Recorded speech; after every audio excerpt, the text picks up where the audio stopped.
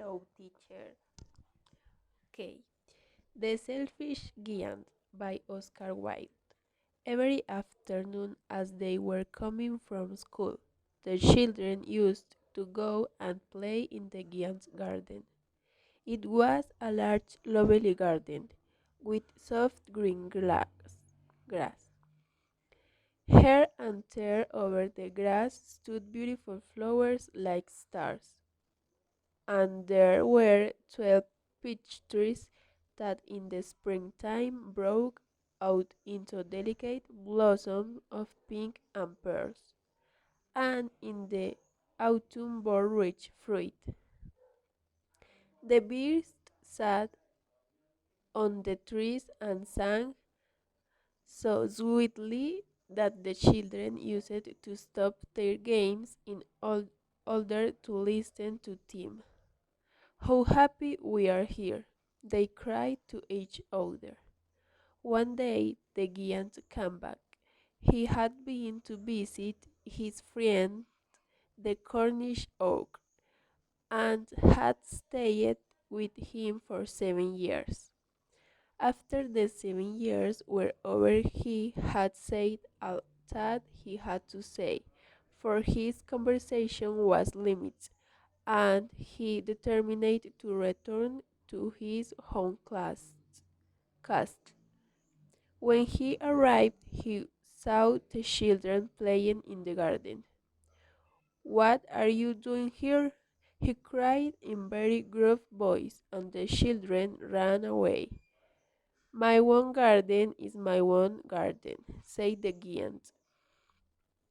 "Anyone can understand that, and I will allow nobody to play in it but myself."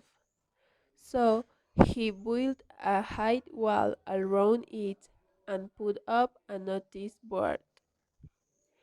He was a very selfish giant.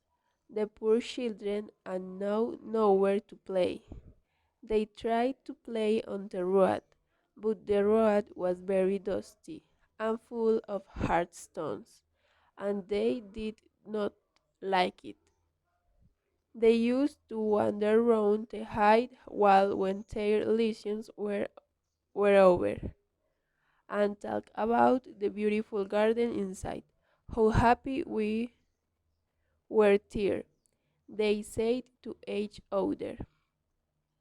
Then the spring came, and all over the country there were little blossoms and little birds.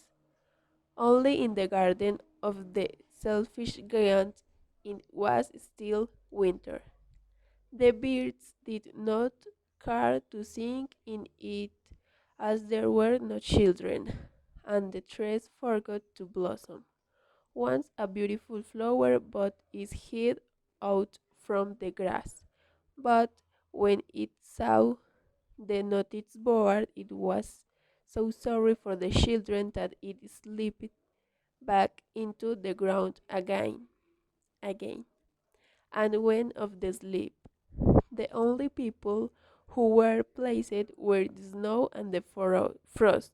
"Spring has forgotten this garden," they cried, "so we will live here all the year round."